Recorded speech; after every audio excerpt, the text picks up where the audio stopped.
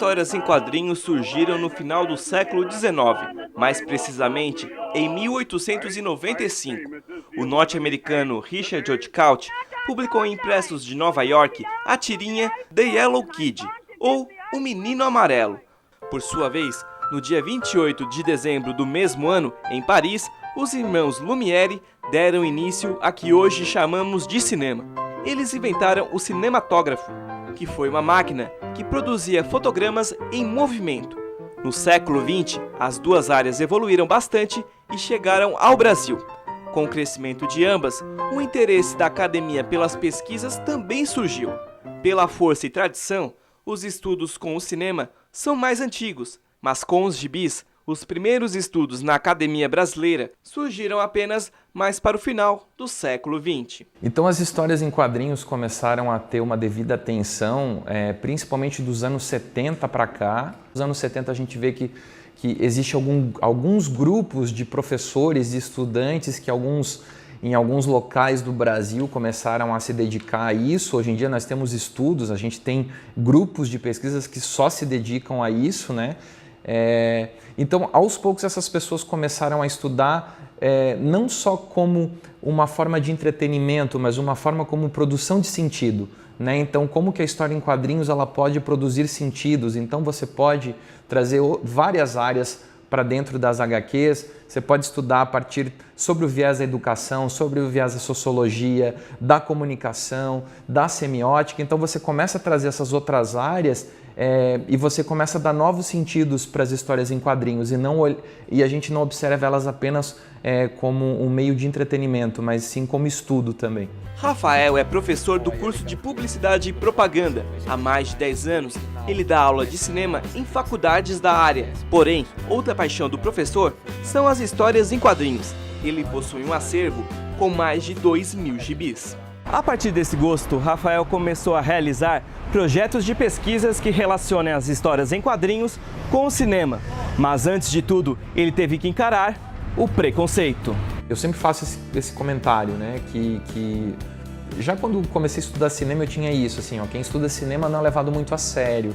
E imagina quem estuda histórias em quadrinhos, é menos ainda. Então eu vejo que por parte de algumas pessoas a gente ainda vê esse nariz torto como um objeto menor, né? Um objeto menor de pesquisa. Então as HQs e o cinema é sempre tratado como um objeto menor.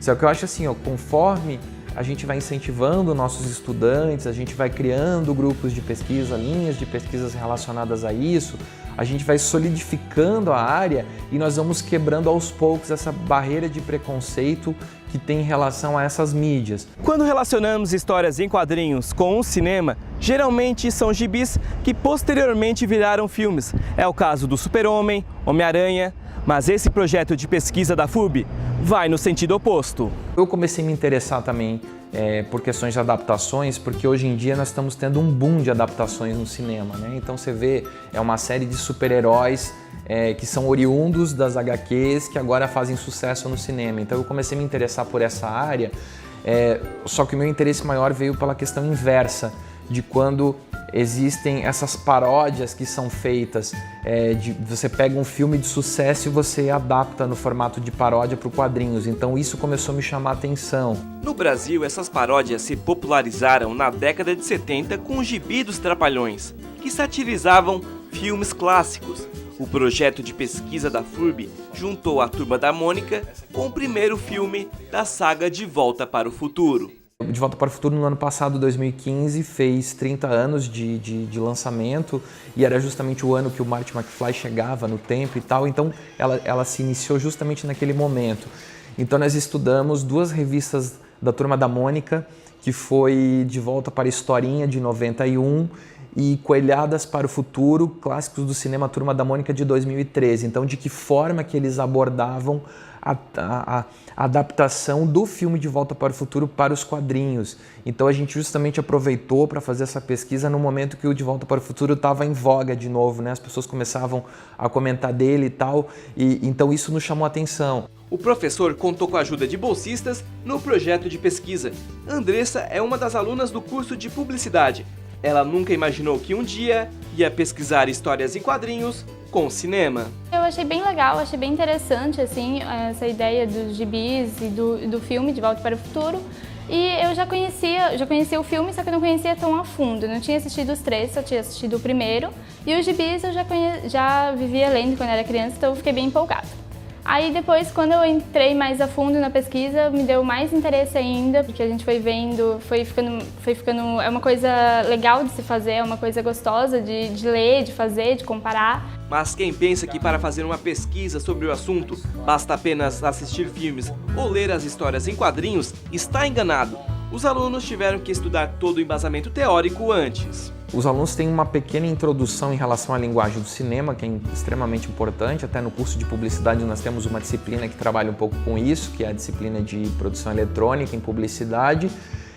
E eles também têm uma introdução às histórias em quadrinhos. Então eles têm um primeiro contato para identificar a questão de linguagens e logo em seguida, então, a gente começa a trabalhar com eles na pesquisa propriamente dita. Só que não é simplesmente você pegar e analisar, eles têm contato com autores, no caso nós pegamos autores que trabalham com intertextualidade. Com o embasamento teórico estudado, os alunos e os professores começaram a assistir, ler e analisar tanto os gibis quanto os filmes. Várias anotações foram realizadas para identificar as diferenças e principalmente as semelhanças nas HQs e no vídeo. A gente começava a fazer um debate em relação a isso, né? Então, assim, aonde que eles foram mais criativos, aonde que eles se inspiraram no filme e tal. E aí, logo em seguida, nós começávamos os procedimentos analíticos, né? Então, assim, vamos analisar as histórias a partir de agora.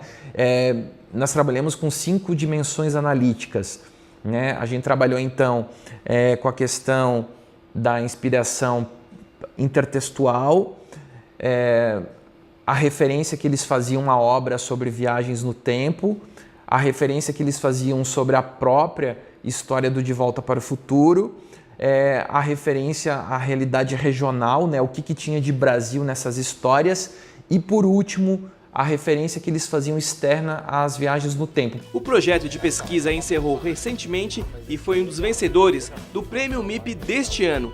O trabalho apresentado teve como uma das principais conclusões a regionalidade nas histórias em quadrinhos, mesmo que o filme seja estrangeiro. Nós percebemos que existe um processo criativo dessas histórias e que esses processos criativos eles são inspirados no contexto brasileiro, né? Então não basta apenas você se inspirar nos americanos, mas nos norte-americanos, mas tem muito a ver com o contexto brasileiro. Então esse foi o principal resultado. Os integrantes do projeto de pesquisa também concluíram que quem havia lido as historinhas em quadrinhos não precisava assistir ao filme.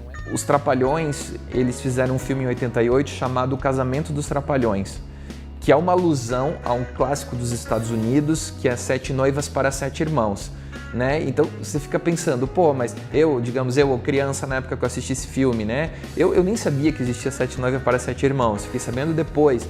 Então assim, até que ponto isso acaba influenciando a criança? Não, influencia por quê? Porque eu consigo ter um contato alusivo com uma outra história, uma história que é exterior àquela história dos Trapalhões. Então isso é bacana porque assim, anos depois, quando eu tive contato com Sete Noivas para Sete Irmãos, eu lembrei do filme dos Trapalhões. Então isso que é o bacana dessas histórias, né? Porque tem uma autora também que ela diz o seguinte, que é a Linda Uchon, que ela tem aquele clássico livro dela, uma teoria da adaptação. Ela deixa muito claro que geralmente as adaptações são o primeiro contato que esse público tem com as obras, né? Então, assim, você tem 3, 4 anos, você começa a ter os livrinhos, você começa a ver na televisão aquelas histórias que são contadas de uma forma infantilizada para a criança, né? Num formato infantil. Então, ou seja, é o primeiro contato que a criança tem com essas obras exteriores que ela vai ter na vida adulta. A pesquisa também deixou muitos questionamentos em aberto, o que fez abrir a possibilidade da continuidade dessa linha de estudo para os próximos anos. Mas desde então, alunos e professores colhem os frutos de mais um trabalho concluído. A percepção do gibi é que um gibi para criança pode ter um outro significado, olhando no olhar publicitário, né? Então a gente analisa toda essa questão. Agora, quando eu olho alguma coisa infantil, eu já vejo com outros olhos, já vou analisando, já vou vendo. Isso, junto com a publicidade, a gente a gente consegue adquirir. Foi um projeto muito gostoso mesmo, assim, porque é algo que sempre esteve no meu dia a dia, até os meus pais falaram, nossa, que engraçado, né, você fazendo gibis, e eu sempre via isso, então foi algo muito gostoso de fazer e algo muito gostoso de ler também, assim, uma coisa, não é uma coisa maçante, assim, que você vai ler uma pesquisa, não, é uma coisa bem tranquila, gostosa de ler, que te dá vontade de ler cada vez mais, assim. Eu percebi que os alunos começaram a ter um certo interesse pelas histórias em quadrinhos, pelo cinema. Eu acho que não precisa ter muito interesse, né? É muito mais fácil, acho que tá espalhado por tudo. Em relação aos quadrinhos, eu vi que os alunos começaram a ter uma visão um pouco diferente da que eles tinham antes, assim, professor, né? Uma das alunas falou assim, professor, eu já não tenho mais aquela visão que eu tinha de gibi que nem eu tinha antes, hoje em dia já passo numa banca, já tenho uma visão um pouquinho diferente, já começo a ver aquilo como um produto mesmo de comunicação, né? Então eu vi assim que quebrou-se um pouco um preconceito, mas ao mesmo tempo nós ainda precisamos desenvolver mais estudos, né, para que se torne uma coisa mais rotineira, para que não se pense apenas só a publicidade, o jornalismo, o cinema, mas que os quadrinhos eles venham a somar nesse grande leque da comunicação.